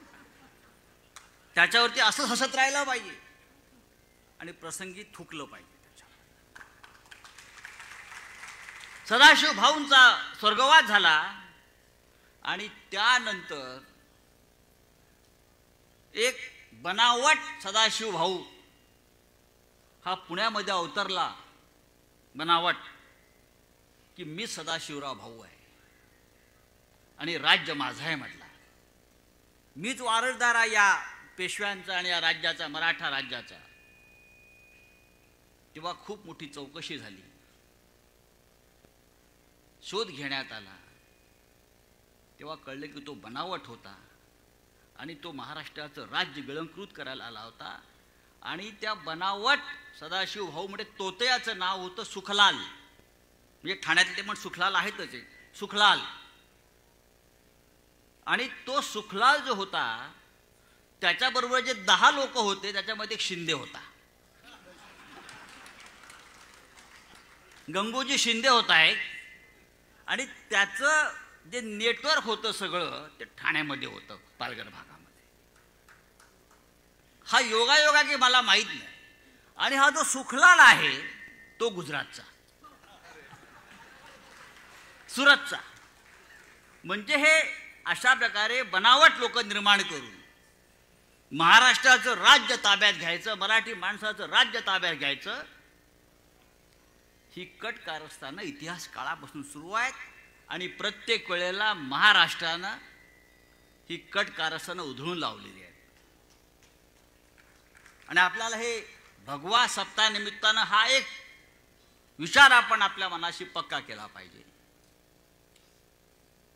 की आपण भगव्याचे खरे रक्षण करत आहोत, आपण तोतये नाही आहोत. त्याच्यामुळे या तोतयांसमोर आपल्याला घाबरण्याचं आणि झुकण्याचं अजिबात कारण नाही. आपण खरे आहोत. दुनिया सत्याचीच आहे, दुनिया खऱ्याची आहे. महाराष्ट्राच्या विधानसभेत आपण जिंकणार आहोत हा आत्मविश्वास घेऊन आपण समोर जायला पाहिजे. मला कोणीतरी सांगितलं परवा दिल्लीमध्ये, विचारलं क्या होगा महाराष्ट्र में. मी म्हटलं लोग तो चाहते हैं कि ये जो लोग महाराष्ट्र में बैठे हैं ना उनको शेख हसीना के तरह यहां से भगाओ. जशी शेख हसीनाला पळवून लावली लोकांनी दौड दौड के, तसं ह्यांना आमची जनता महाराष्ट्राची शेख हसीनाप्रमाणे पळवून लावणार आहे. ते पुढे जनता मागे, ते पुढे जनता मागे. कोणी त्याचे कपडे फाडतंय, कोणी काय फाडतंय, कोणी काय फाडतंय, कोणी कुठे हात घालतंय. पण म्हटलं आम्ही त्यांचे इतके क्रूर नाही आहोत. आम्ही त्यांचा निवडणुकीत पराभव करू, आम्ही लोकशाही मार्गाने पराभव करू. आम्ही महाविकास आघाडी म्हणून 180 जागा जिंकू, जास्तही जिंकू. उद्धव ठाकरे यांचं नेतृत्व या महाराष्ट्राला हवं आहे, लक्षात घ्या. लोक विचारतात तुमचा फेस कोण, बरं का, तुमचा फेस कोण. बोले तुमचा फेस कोण म्हणजे असं आहे, ज्यानं गेल्या 5 वर्षामध्ये दिल्लीच्या तोंडाला फेस आणला महाराष्ट्रात, तो एकमेव फेस म्हणजे उद्धव ठाकरे. दुसरं कोणी फेस तोंडाला आणला का? बाकी कोणामध्ये हिंमत होती का दिल्लीच्या तोंडाला फेस आणण्याची? तेव्हा आमचा फेस एकच. या महाराष्ट्राला दुसरा चेहरा आहे का ठाकरेंशिवाय? फेस हा असा असतो. बाकी सगळे मुखवटे लावून फिरतायत, म्हणजे मुखवटा यांचा आणि चेहरा अब्दालीचा, बरं का. खाली दाढी दिसते पण मुखवटा वेगळा आहे. भगव्या सप्ताहाचं महत्व एवढंच आहे की मनामध्ये आणि मनगटामध्ये आत्मविश्वास घेऊन आपण पुढल्या 2 महिन्यामध्ये काम केलं पाहिजे. लोकांच्या मनामध्ये शिवसेना आहे. हिंदुहृदय सम्राट बाळासाहेब ठाकरेंचं ऋण विसरण्यात का महाराष्ट्र अद्याप नमकहराम झालेला नाही. कोणी काही म्हणू द्या. मोदी आणि शहांच्या 100 पिढ्या आल्या तर या महाराष्ट्रावर शिवसेना आणि बाळासाहेब ठाकरे, हिंदुहृदय सम्राट बाळासाहेब ठाकरे यांचं ऋण त्यांना असं पुसता येणार नाही. लोकांच्या मनातले बाळासाहेब त्यांना असे संपवता येणार नाही. तुम्ही किती मिंधे निर्माण करा, असे मिंधे येतील आणि जातील. हा छत्रपती शिवाजी महाराजांचा महाराष्ट्र आहे. ज्या महाराष्ट्रात छत्रपती शिवाजी महाराज जन्माला आलेले आहेत. औरंगजेब गुजरातला जन्माला आला, लक्षात घ्या. आम्हाला त्याचा आदर्श नाही. आमचा शिवाजी महाराजांचा आदर्श आमचा आहे, बाळासाहेब ठाकरेंचा आदर्श आमचा आहे. आणि आजच्या भगव्या सप्ताहाचं आपलं तेच ध्येय आहे, तोच उद्देश आहे. आले गेले जमले, घोषणा दिल्या, हे नाही आहे. पुढल्या 2 महिन्यातली लढाई अत्यंत महत्त्वाची आहे, निर्णायक आहे. ही लढाई आपण जिंकली का पुढलं 25 वर्ष या महाराष्ट्रावरती आपलं राज्य राहील आणि आपला चेहरा राहील, हे मी आपल्याला सांगतो. आणि तूर्त आपली रजा घेतो. जय हिंद, जय महाराष्ट्र. यानंतर इंडिया एक आयडिया या पुस्तकाचं प्रकाशन आदरणीय उद्धवजी करतील, की ज्याचे लेखक धर्मराज्य पक्षाचे अध्यक्ष राजेंद्रराजे आहेत. आणि याची प्रस्तावना खासदार कुमार केतकर साहेबांनी केलेली आहे. मी उद्धवजींना विनंती करतो की त्यांनी या इंडिया एक आयडिया या पुस्तकाचं प्रकाशन करावं. आणि आपल्या सर्वांना विनंती आहे की जोरदार टाळ्यांच्या गजरामध्ये हे प्रकाशन आपण करूया सर्व मिळून. इंडिया एक आयडिया, लेखक आदरणीय राजेंद्रजी राजे यांच्या संकल्पनेचे पुस्तक त्यांनी लिहिलेलं आहे, इंडिया एक आयडिया. अतिशय प्रेरणादायक असं आपण त्या पुस्तक म्हणू शकतो.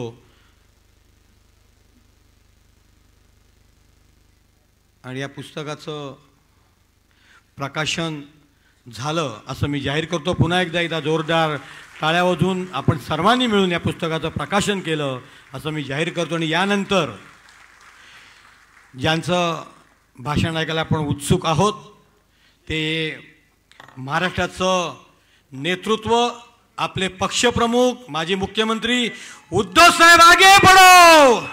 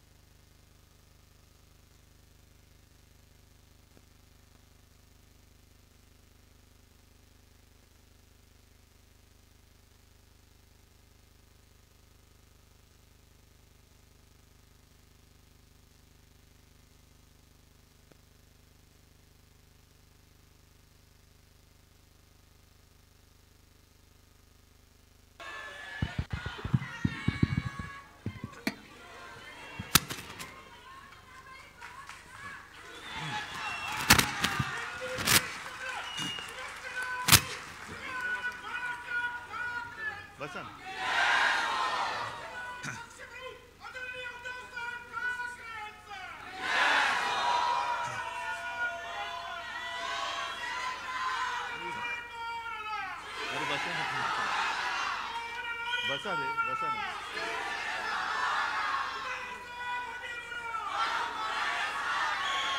सर्व शिवसैनिक बांधवांनो, भगिनींनो आणि मातांनो,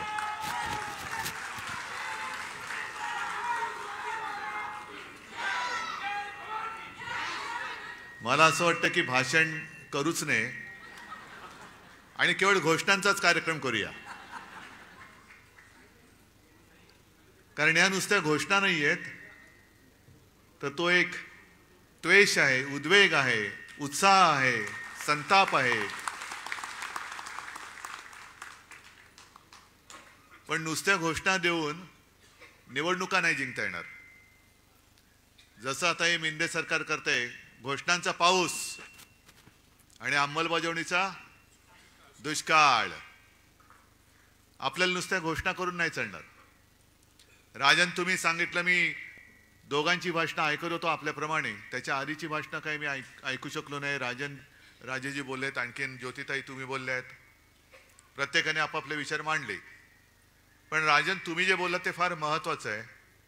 दुबार मतदार नोंदणी आणि कलेक्टरना सांगून सुद्धा त्यांनी काही केलं नाही. 3 महिने थांबा. मग हे सरकारी कलेक्टर आणि मेंढ्यांचे कलेक्टर माहिती आहेत ना, एक चांडाळ चौकडे आहे म्हणतात. हे सगळे कलेक्टर कुठे पाठवतो ते बघा. यांना तुरुंगाचे गज मोजायला लावूया. कारण ही काही गंमत नाहीये. हे ठाणं जे उभं राहिलेलं आहे त्याच्या मागे शिवसेना प्रमुखांचं प्रेम, ठाणेकरांचं शिवसेना प्रमुखांवरचं प्रेम आणि ठाणेकरांची, शिवसैनिकांची मेहनत, अपार मेहनत. ही मेहनत जर झाली नसती तर मेंढ्यांची दाढी उगवलीच नसती. विषय अनेक आहेत आणि संजयने उत्तम भाषण केलेलं आहे. आता उत्सुकता नमक हराम 2 ची आहे. समोर दिसतोय, पण तो जगाला दाखवायचा आहे. फक्त संजय एकच, ती नागाची उपमा दिली. नागाचा कमी काय अपमान करू इच्छित नाही. हे तर मांडूळ आहे, गांडूळ नाही, मांडूळ, दुतोंड्या, ज्याला फणाच नाहीये. सरपटणारे प्राणी आहेत. फणाला सुद्धा एक स्वाभिमान लागतो. हे मोदींसमोर वळवळणारं मांडूळ आहे. ते तो उल्लेख केलास ना, दिल्ली समोर लोटांगण घातलं, कारण हे स्वतः सरपट्ट आहे. रोज आपलं घालीन लोटांगण. म्हणजे पॅन्ट तिकडे झालं ती खराब नाही होत, फोन आला कीच खराब होते. जसे असाल तसे या, नशीब पॅन्ट घातलेली असते. हे ताबडतोब जातात. पण या भगव्या सप्ताहाचा समारोप होतोय आणि या भगव्या सप्ताहाचं मूळ, त्याचं कारण हे दुबार मतदार नोंदणी, आपले मतदार नोंदणी, यादी वाचन हे करण्यासाठीच होतं. आणि हे तुम्ही सगळ्यांनी केलं असेल असं मला वाटतं. केले? सगळे विधानसभा मतदारसंघ, या जेवढे लोकसभेत येत आहेत तेवढ्या सगळ्यांमध्ये आपले गटप्रमुख आहेत. आवाज नाही आला. हा खरा आवाज आहे की खोटा आवाज आहे? मी बोललोय म्हणून हो नका बोलू. यंत्रणा घट्ट आहे, कारण गेल्याच वेळेला यांनी लबाडी करून हे जिंकलेले आहेत. खरं म्हणजे ठाणेकरांचं मी कौतुक करायला आलेलो आहे. कारण सगळं काही पळवलं, जोर जबरदस्ती, पैशाचं वाटप, एवढं करून सुद्धा 5.25 लाख ठाणेकर आपल्या सोबत निष्ठेने आणि प्रेमाने उभे राहिले. 5.25 लाख. बाजूला आपली वैशालीताई बसलेली आहे, साधी महिला कार्यकर्ती. समोर मिंद्याचं कार्ट, स्वतः मिंदे. तरी सुद्धा या माझ्या कार्यकर्त्या महिलेचा पराभव करायला विश्वगुरूंना आणावं लागलं. ह्या आपला विजय. जवळपास 4.25-4.5 लाख मतं कल्याणकरांनी दिली. हाच सर आपला विजय आहे. कारण आपल्याला लांडी लबाडी करून काही नकोय. जे काय आहे ते हक्काचं पाहिजे, प्रेमाचं पाहिजे. विकत भाज्या घेता येतात, मतं विकत नकोय आम्हाला. मतं नाही विकत घेत आपण कधी. आणि प्रचंड पैसा ओतून सुद्धा ही एवढी मतं मिळवली तरी सुद्धा विजय समोर दिसत नाही म्हणून लांड्याला बड्या केल्या. ती मुंबईमध्ये एक आपल्या अमोल कीर्तीकरांची सीट 48 मतांनी पराभव होऊ शकतो आपला मुंबईमध्ये? होऊच शकत नाही. चोरलेली सीट आहे. आणि त्याच्यानंतर ज्या 2 निवडणुका झाल्या, एक पदवीधर मतदारसंघ आणि शिक्षक मतदारसंघ, संपूर्ण मुंबई त्याच्यात मतदान करते, पदवीधर आणि शिक्षक. म्हणजे असं काही नाही की जो काही पदवीधर नाही तो काही समजदार नाही, पण जो सुशिक्षित आहे आणि मुळामध्ये शिक्षक जे पुढची पिढी घडवत असतात, आजपर्यंत कधी मतदान झालं नाही एवढं मतदान पदवीधरच्या मतदानामध्ये झालं, मतदारसंघात झालं. आणि प्रचंड मताधिक्याने आपला शिवसेनेचा भगवा हाती घेतलेला उमेदवार त्यांनी निवडून दिला. शिक्षक सुद्धा पहिल्या प्रथम आपण निवडून दिला मुंबईकरांनी. मग मुंबई ठाणे सगळे एकच आहे. कोकण माझंच आहे. कोकण माझंच आहे. कोकणामध्ये पर्व होऊ शकतो आपला. पण हे सगळे जे काहींचे चाळे चाललेत हे अब्दालीचे चाळे आहेत. आपल्यामध्ये फूट पाडायचं. मी का अब्दाली बोललो? रागाने द्वेषाने नाही नुसता बोललो. अहमद शहा, अहमदाबाद शहा नाही, अहमद शहा. नाही तर कोणतरी म्हणेल अहमदाबाद शहा. तसं नाही. सगळ्या गुजराती लोकांबद्दल माझा राग नाही, पण जे माझ्या महाराष्ट्राला लुटतायत त्या दरोडेखोरांवरती राग आहेच. आणि त्यांना गाडायचं म्हणजे गाडायचंच, कोणत्याही परिस्थितीत गाडायचं. मी काय लेना ना देना. आता परत 16 तारखेला येत आहेत. म्हणजे असं इतिहासात म्हटलंय की छत्रपती शिवाजी महाराजांनंतर सुद्धा जो औरंगजेब महाराष्ट्रावरती चालून आला, त्यांच्या घोड्यांना सुद्धा, सैन्याच्या घोड्यांना सुद्धा पाणी पिताना पाण्यामध्ये संताजी धनाजी दिसायचे. तसे या अब्दालीच्या खेचरांना पाण्यामध्ये उद्धव ठाकरे दिसतो. ही खेचरं आहेत. पण तुम्ही अजून महाराष्ट्राचं पाणी जोखलेलं नाही. महाराष्ट्राने अजून तुम्हाला पूर्ण पाणी पाजलेलं नाही. हा सामना आता होऊ द्या. महाराष्ट्राचं पाणी काय असतं ते तुम्हाला दाखवून देईल शिवसेना. काय पाणी असतं. पण एक लक्षात घ्या की काही गोष्टी आपण सोडून देतो. आता ही चांगली, खरं म्हणजे जाहीर सभाच मला ठाण्यामध्ये परत घ्यायची. मी पुन्हा येणारच आहे. पण पावसाळा सुरू झालाय, जाहीर सभांचा हे काही दिवस नाहीत. मग कार्यकर्त्यांच्या गाठीभेटी मी सुरू केल्यात. जसं आता हॉलमध्ये करतोय. 4 दिवसापूर्वी पुण्याला झाला. पुण्याचा हॉल जरा मोठा आहे. एक 5-10 हजार लोक तिकडे वरती आणि खाली अशी बसली होती. पण सभा मोठी झाली, शोभायात्रा मोठ्या झाल्या नाही. मी अजूनही सांगतो, वेळ गेलेली नाही. वेळ आहे. जवळपास 2-3 महिने आपल्या हातात आहेत. मतदार यादी हातामध्ये घेऊन प्रत्येक घरात, जसं गटप्रमुखाचं काम काय, माझ्याकडे किती मतदार आहेत माझ्या यादीमध्ये? 800 ते 1200 ही सरासरी मतदारांची संख्या असते, बरोबर ना? मग मतदार नोंदणी केल्यानंतर माझ्या ह्या माता भगिनी आहेत, तुम्ही सगळे शिवसैनिक आहात. प्रत्येक गटप्रमुखाचं काम असं की खिशात मतदार यादी घेऊन चेक करणं. जे राजन तुम्ही सांगताय ना दुबार मतदार नोंदणी, ही मतदार नोंदणी एका मतदान क्षेत्रामध्ये, मतदार क्षेत्रात हे 2दा मतदान नाही करू शकत. लोकसभेचं मोठं आहे त्याच्यामुळे लोकसभेत कदाचित शक्य आहे. पण विधानसभेला बाजूबाजूच्या विधानसभा मतदारसंघामध्ये हे दुबार मतदान करू शकतात. जर प्रत्येक गटप्रमुखांनी आपल्या यादीपुरताच मतदारसंघ आहे माझा. ठाण्याचा मतदारसंघ शहराचा किती आहे? असेल 5 लाख. पण माझ्याकडे जबाबदारी ह्या 1200 मतदारांची आहे. मग 1200 मतदार खरे आहेत की खोटे आहेत? आणखीन कोण नवीन घुसलेत का? जे जुने होते ते बरोबर जागेवर आहेत का? आणि मतदानाच्या दिवशी सुद्धा मतदान केंद्रापर्यंत त्यांना नेण्याची जबाबदारी ही आपण जर का घेतली आणि त्यांना मतदान केंद्रापर्यंत नेलं तर मला असं वाटतं त्यांनी किती पैसा ओतू द्या, किती योजना ओतू द्या, आपला विजय झाल्याशिवाय राहणार नाही. फक्त त्याच्यात तुम्ही गफलत करू नका. हे थोडंसं तुम्हाला मी वेगळं सांगतोय, कारण संजयनी चांगलं जे काय सांगायचं सांगितलंय. पण संघटनात्मक जे काम आहे म्हणून तर त्याला संघटना म्हणतात.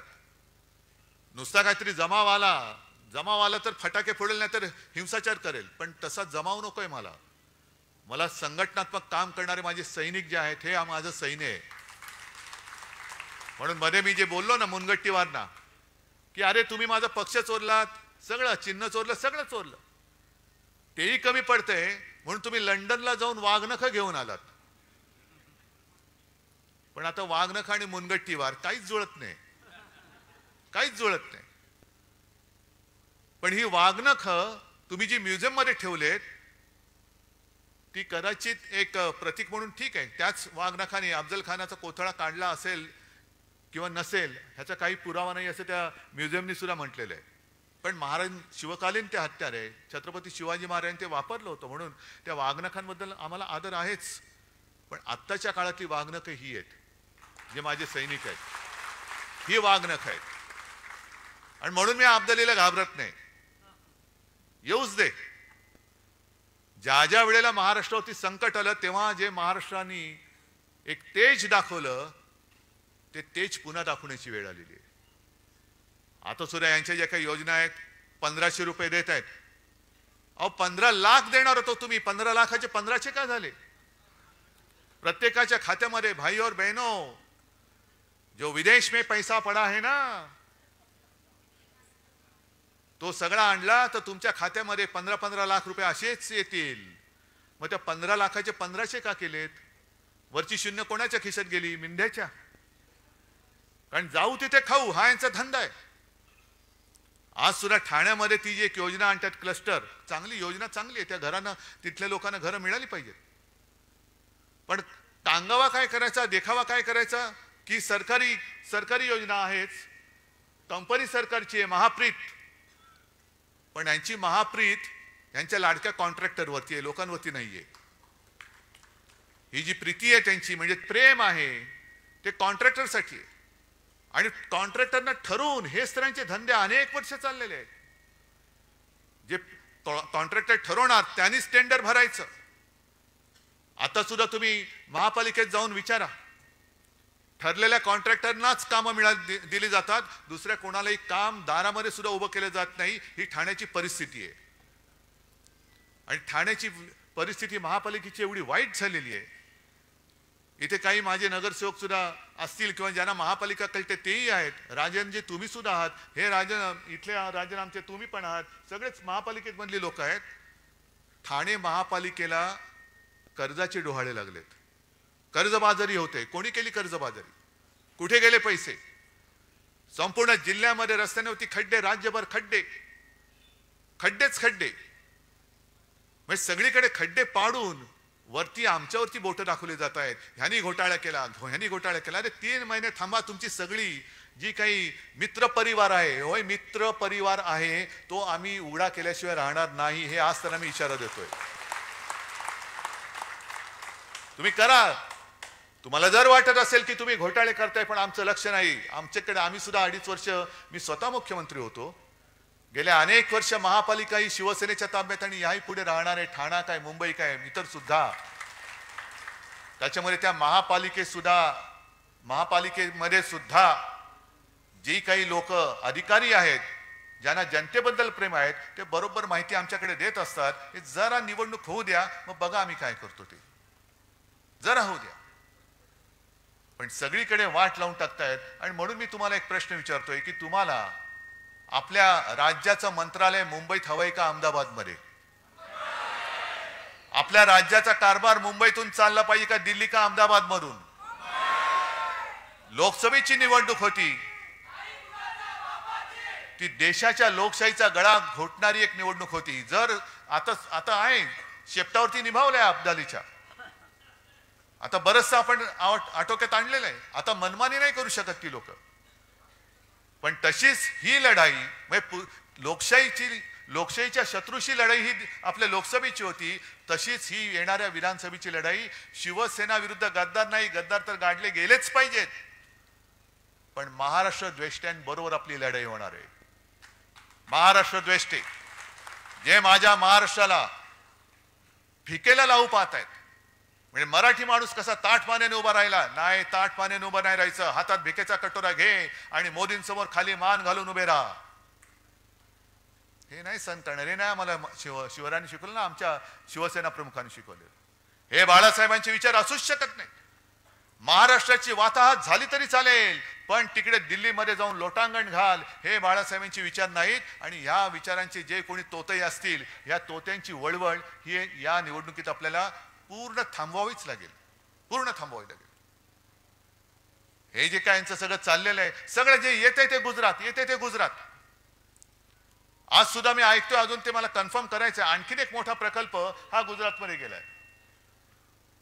म्हणजे आम्हाला तुम्ही भीक देताय, माता भगिनींना 1500 रुपये भीक देताय तुम्ही आम्हाला. मुलाबाळांनी काय करायचं? आम्हाला हक्काचं पाहिजे. शेतकरी सुद्धा त्याच्या हक्काचं मागतोय, भीक नाही मागत. मी सुद्धा ग्रामीण भागात फिरतो, तुम्ही सुद्धा ग्रामीण भागात फिरत असाल, जा शेतकऱ्याला विचार, तुला घर बसल्या फुकटचे पैसे पाहिजेत का तुला तुझ्या कष्टाचे पाहिजेत? शेतकरी सांगेल मी स्वाभिमानी आहे, मला कष्टाचा पैसा पाहिजे, त्याच्या पलीकडे मला एक सुद्धा भिकेचा पैसा नकोय. म्हणजे आमचे हक्क मारून टाकायचे, स्वाभिमान मारून टाकायचा आणि कोपराला गुळ लावायचा. ज्या वेळेला एका पाठोपाठ एक प्रकल्प गुजरातमध्ये चालले होते, तेव्हा हेच मिंदे बोलले होते, काळजी करू नका, मोदीजी बोलले ह्याच्यावर मोठा प्रकल्प तुम्हाला देतो. किती मोठा प्रकल्प दिला? आला? एक सुद्धा प्रकल्प नाहीये. अजून सुद्धा शेतकरी आत्महत्या करतच आहेत, बेकारांचे लोंढे फिरतातच आहेत. आणि जी लाडकी बहीण योजना काढले, मी एका म्हणजे संभाजीनगरमध्येच एका शेतात उतरलो, शेतकरी आले सगळे, दादा तुम्ही आमच्यासाठी देव आहात. म्हटलं जाऊ रे बाबा, मी देव बिव नाही, मी तुमच्यासारखाच आहे ना, तुम्ही आमचं कर्ज माफ केलं. म्हटलं ठीक आहे, आशीर्वाद असू द्या. मग तिकडे काही महिला शेतात काम करत होत्या. म्हटलं काय ताई खुश आहात ना? ती काम करत होती बिचारी. तुला का? म्हटलं नाही 1500 रुपये मिळत आहेत. तुला काय 1500ने घर चालतंय वय? 1500ने काय होते? बाजूला तिचा छोटा पोरगा होता, 1500 रुपयात मला म्हणाली काय याच्या शाळेची सोय होते? म्हटलं कुठल्या शाळेत जातोय? तुला ऍडमिशन घ्यायला पैसे नाही येत, 1500 रुपये घेऊन करू काय? कोणाच्या उरावर घालू? पण एक समाधान मला वाटलं की माझ्यासोबत सगळे अंबादास दानवे आणि संभाजीनगरचे कार्यकर्ते होते, त्यांच्या मुलाला एका शाळेत ऍडमिशन मिळवून दिली, त्याच्या शिक्षणाची सोय केली, ह्याचं मला समाधान आहे. पण अशी कितीतरी मुलं राज्यभर आहेत, काय 1500 रुपयाने काय होणार आहे? वह्या पुस्तक येणार आहेत? ज्या पुस्तकावरती सुद्धा जीएसटी लावलाय, शिक्षणावरती जीएसटी आहे. आता तर कर म्हणजे आयुर्विम्यावरती जीएसटी, म्हणजे विम्याची जाहिरात आहे ना, जिंदगी के साथ भी जिंदगी के बाद भी, म्हणजे जिंदगी के बाद भी जीएसटी. कशासाठी भरायचा? कोणाच्या खिशात जाणार? म्हणजे सगळीकडे वरपासून खालपर्यंत हे सगळं बरबटलेलं सरकार. ठाण्यातले भूखंड खात आहेत, मुंबईतले खात आहेत, अयोध्येमधले खात आहेत. अयोध्येमध्ये सुद्धा एक आदर्श घोटाळा झालाय. आदर्श म्हणजे चांगला नाही, जसा इकडे आदर्श घोटाळा झालाय मुंबईमध्ये. सैन्य दलाची जमीन खाल्ली. कोणी खाल्ली? कुठून आला? कुठून? म्हणजे आमच्या हातामध्ये घंटा, जय श्रीराम वाजो घंटा, आणि लोढा बसला तिकडे टॉवर बांधून. याच्यासाठी आम्हाला राम मंदिर पाहिजे होतं, याच्यासाठी तुम्ही आम्हाला लढवलात, याच्यासाठी कारसेवकांनी बळी दिले. कारसेवकांनी रक्त कशाला सांडलं? लोढाचं टॉवर बांधायला.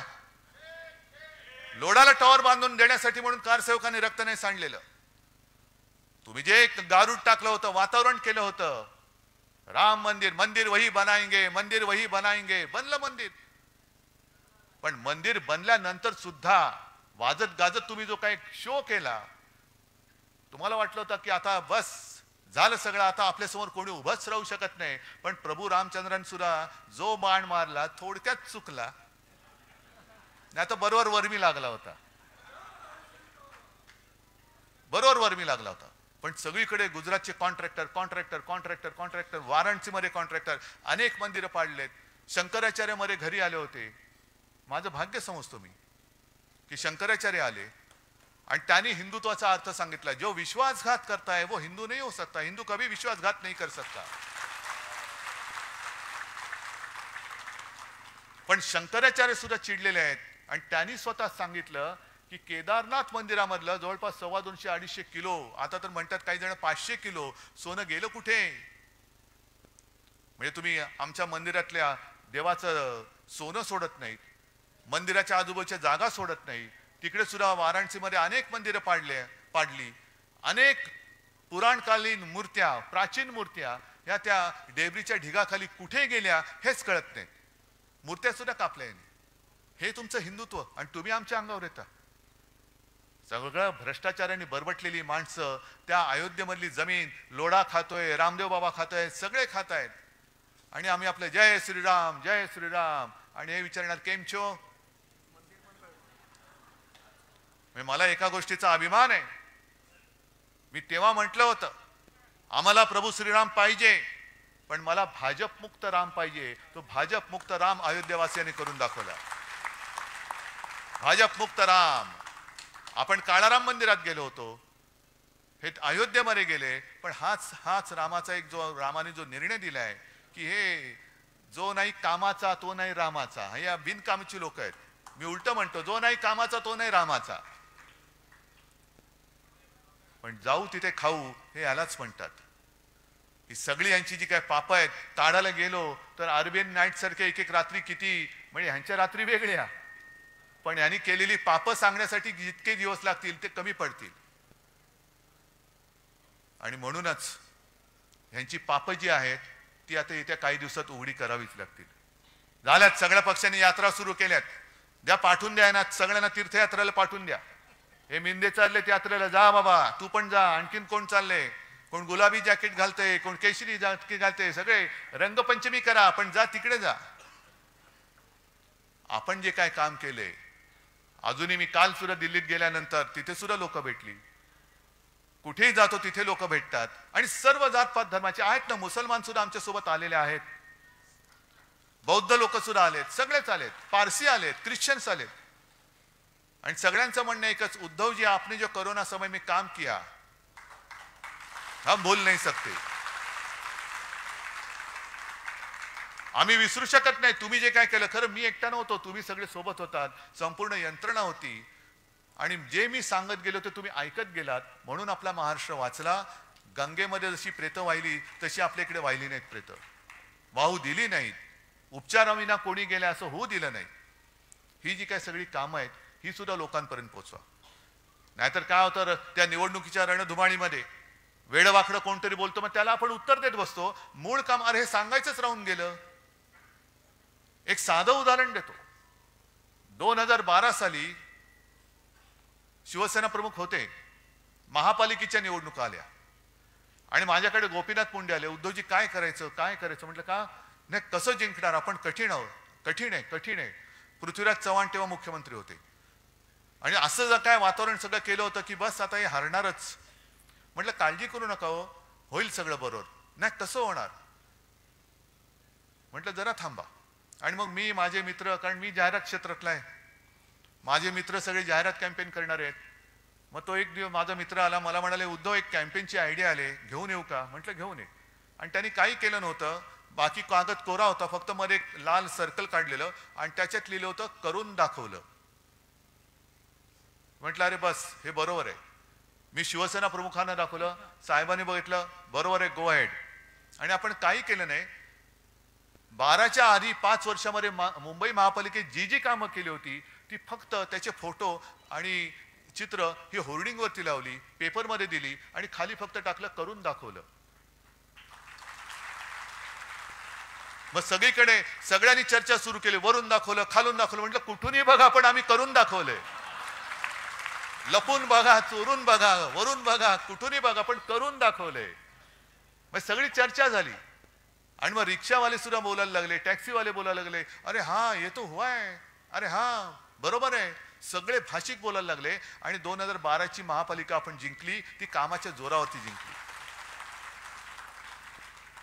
मुळामध्ये काय, हातामध्ये तलवार आहे, बरोबर आहे. तलवार पेलाला मनगट पाहिजे, पण मनगटापेक्षाही मन पाहिजे. जर हातात तलवार आहे पण लढायची जिद्दच नसेल तर तलवार काय करणार. तलवार काय करणार. मन पाहिजे, होय मी जिंकणारच. म्हणून मी जे काय बोललो रंगशारदामध्ये, लढायचं कसं, तर लढायचं या जिद्दीने लढायचं की लढाई आहे, ही निवडणूक ही लढाई आहे आणि या लढाईमध्ये ह्याच ईर्षेने उतरायचं. एक तर तू राहशील ना तर मी राहीन. मी परत बोलतोय, आणि तू आणि मी म्हणजे मी उद्धव ठाकरे एकटा नाही, मी म्हणजे तुम्ही महाराष्ट्रप्रेमी, शिवप्रेमी, शिवसेना प्रेमी, बाळासाहेब प्रेमी. आणि तू म्हणजे महाराष्ट्राला लुटायला आलेला दरोडेखोर, तू म्हणजे त्या दरोडेखोरीच्या पाय चाटणारा गद्दार मांडूळ. आता लोक म्हणतील हे याने एकदा ढेकून म्हणतात ना मांडूळ. अरे मी जीवप्रेमी आहेच, मी जंगल वाचवायचं काम केलं होतं. तुम्हीच जे आरे होतं, अरे मी वाचवत होतो, तुम्ही आलात आणि ते आरे कापून टाकलं. मग करू काय? त्याच्यामध्ये काय काय प्राणी राहतात हे तुम्हाला सांगितलं, नाव दिल्याशिवाय तुम्हाला कळणार कसं ते? मांडूळ मांडूळ म्हणजे काय? मिळेल आरे मध्ये जा बघ. ढेकूण नाही मिळणार कदाचित, कारण ढेकूण रक्त शोषतो. रक्त शोषणारी अवलादी आमची नाहीये, अजिबात नाही. मांडूळ सुद्धा आमच्याकडे नाही. आम्ही जे करतो ते खुलेआम करतो. चालून जायचं तर छातीवरती समोरासमोर पाठून वार करणारे नाहीत आम्ही. आणि हे सगळं जे काही करायचंय त्या विधानसभा निवडणुकीत करायचंय. ही जी लोकसभा झाली, लांबली लांबली लांबली, किती 5 टप्पे. काय तुम्ही काय क्रिकेट खेळताय टप्पी टप्पी बॉल टाकून? सरपट्टी टाकताय? 5 टप्प्यात महाराष्ट्राची निवडणूक. पण आता मला कळतंय, कानावर येते की कदाचित नोव्हेंबरमध्ये निवडणूक घ्यायचं यांचं घाटते. का?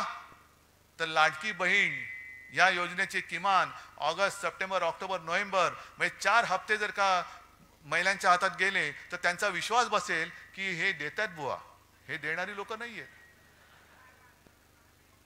ही अशीच एक योजना सुशील कुमार शिंदेनी केली होती. एक कधीची 2004 किंवा तेव्हाची निवडणूक असेल मला आठवत नाही.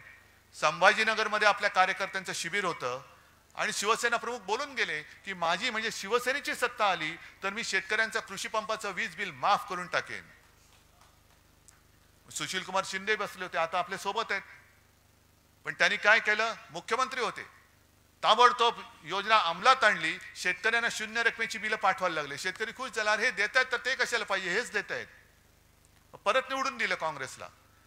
काँग्रेस सत्तेवर आली, सुशील कुमार शिंदेची विकेट पडली, विलासराव देशमुख आले. आणि विलासराव देशमुख सत्तेवरती येताच क्षणी पुढच्या महिन्यापासून दामदुपटीने बिल पाठवायला लागले शेतकऱ्यांना. आणि मग जाहिराती आला, बिल भरा नाहीतर तुरुंगात. हे तशी यांची योजना आहे. हे फसवी करायला. आणि तुम्ही किती पैसे दिले तरी मी माझ्या महाराष्ट्राच्या किमतीला महाराष्ट्र विकून मला तुमची भीक नको हे महिलेनी ठरवायला पाहिजे. आता आहे ना, जिजाऊचा महाराष्ट्र आहे, झाशीची राणी मेरी झाशी नाही दूंगी. तसे हे अब्दाली येत आहेत, आपला महाराष्ट्र लुबाडायला येत आहेत. 1500 रुपये लाच देऊन आपला महाराष्ट्र शिवरायाचा महाराष्ट्र ते विकत घेऊ पाहत आहेत. तुमची मुलं बाळ ते बेकार ठेवू इच्छित आहेत. सगळे उद्योगधंदे गुजरातला नेऊ पाहत आहेत, नेता आहेत. तरी सुद्धा आपण 1500 रुपयावरती महाराष्ट्र विकणार आहोत?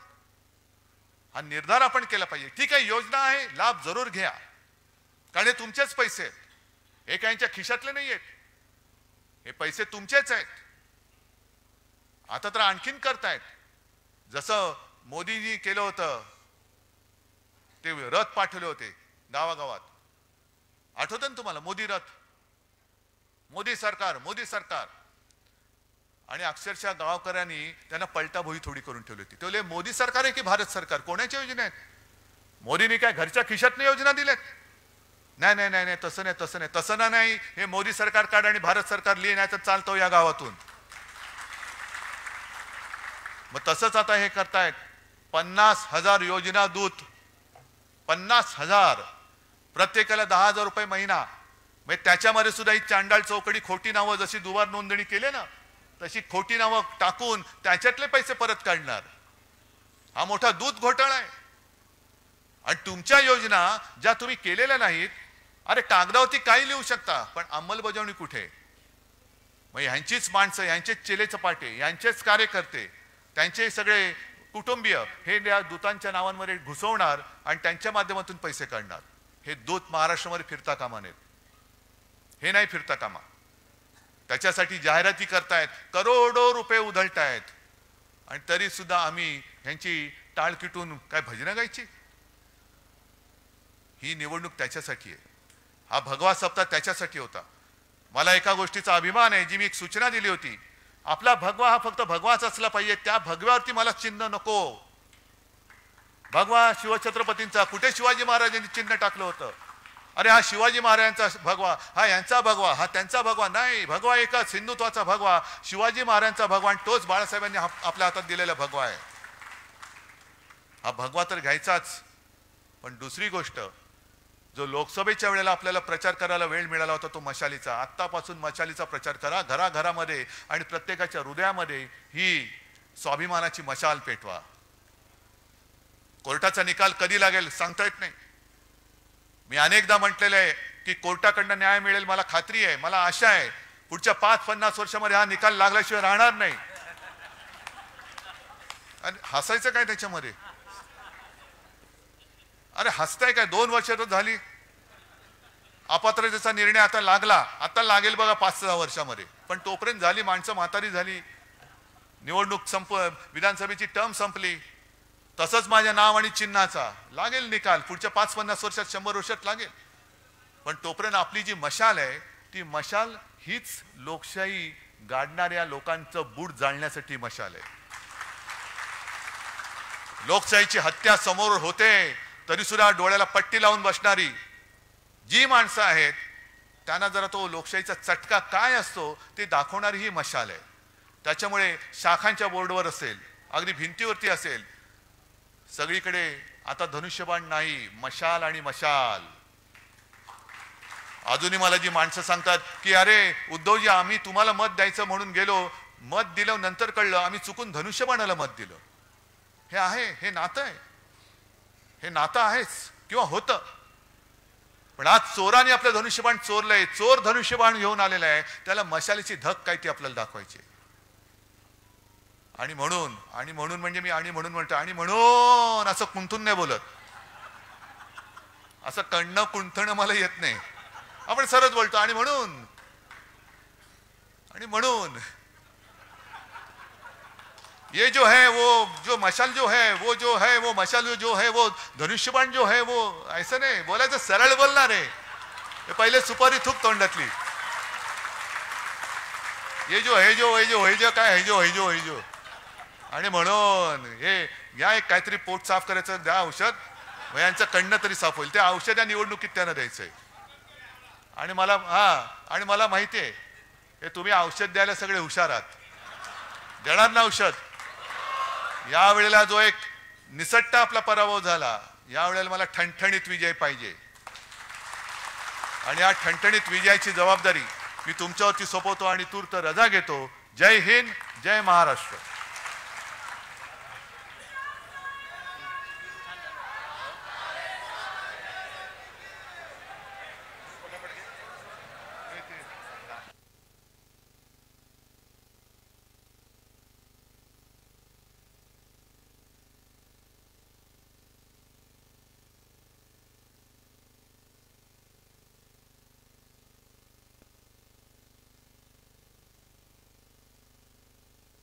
हॅलो, यानंतर सामूहिक राष्ट्रगीत होईल. कृपया सर्वांनी राष्ट्रगीतासाठी उभं राहावं. एक साथ राष्ट्रगीत शुरू करते हैं. शुरू कर. जनगण मन अधिनायक जय हे भारत भाग्य विधाता. पंजाब सिंध गुजरात मराठा द्राविड उत्कल गंगा. विंध्य हिमाचल यमुना गंगा उच्चल जलधि तरंगा. तव शुभ नामे जागे, तव शुभ आशीष मागे. गाहे तव जय गाथा. जनगण मंगलदायक जय हे भारत भाग्य विधाता. जय हे जय हे जय हे जय जय जय जय हे. भारत माता की, भारत माता की. वंदे वंदे. यानंतर प्रवेश होणार आहे. कुटुंब फाउंडेशन या ठाण्यातील सामाजिक संस्थेचे सर्व सदस्य पदाधिकारी यांचा शिवसेना उद्धव बाळासाहेब ठाकरे या पक्षामध्ये प्रवेश होतोय. खरं तर पूर्ण संस्था, त्या संस्थेचे सभासद जवळजवळ 100 ते 125 त्यांचे सदस्य आहेत. पण प्रातिनिधिक स्वरूपात आपण 5 लोकांचा जाहीर प्रवेश करतोय. ठाण्यातील प्रसिद्ध असं कुटुंब फाउंडेशन या सर्वांचं शिवसेना उद्धव बाळासाहेब ठाकरे ठाणे जिल्हा शाखेमध्ये मनपूर्वक हार्दिक हार्दिक स्वागत. आणि यानंतर आजचा हा मेळावा, ही सभा इथे समाप्त झाली असं मी जाहीर करतो. सर्वांनी पहिल्यांदा महिलांना जाण्यासाठी जागा द्यावी